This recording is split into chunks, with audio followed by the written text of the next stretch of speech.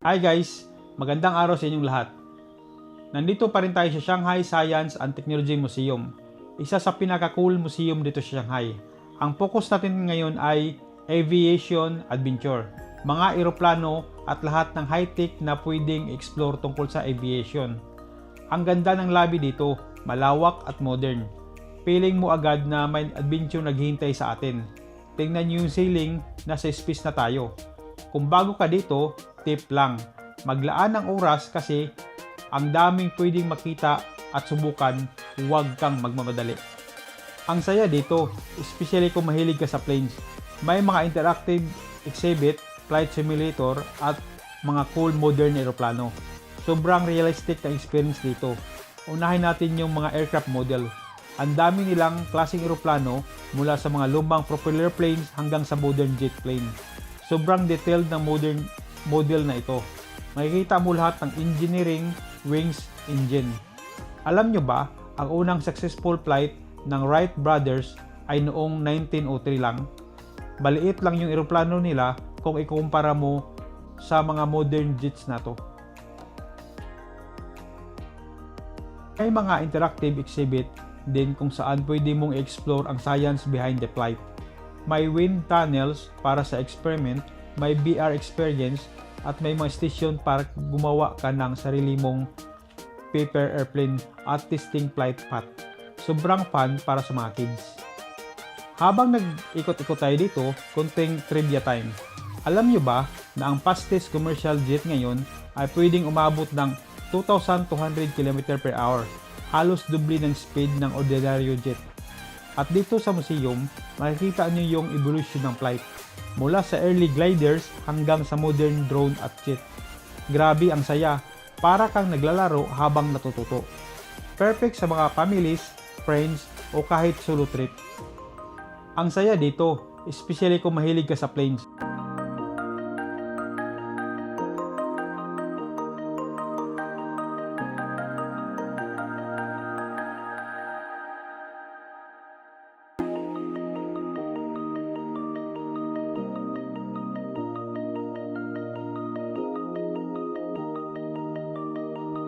At ngayon, ang pinaka-exciting na part, yung human gyroscope.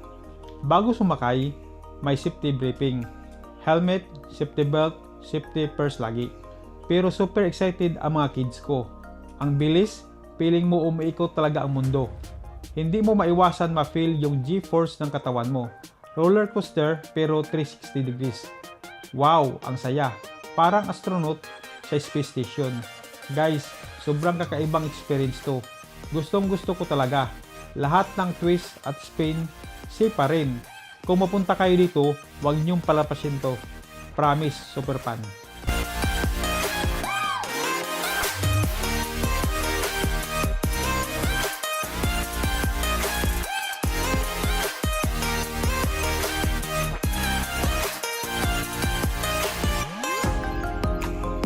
Ang plano, of course, magkasabay ang kids ko. Pero kailangan pala similar weight para ma-maintain ang balance ng motion. Mabuti na lang, pumayag ang couple na makasunod sa amin na magpagpalit ng partner. Awkward man, may ibang kasama, pero bahala na kasi pareho naman silang napapasigaw.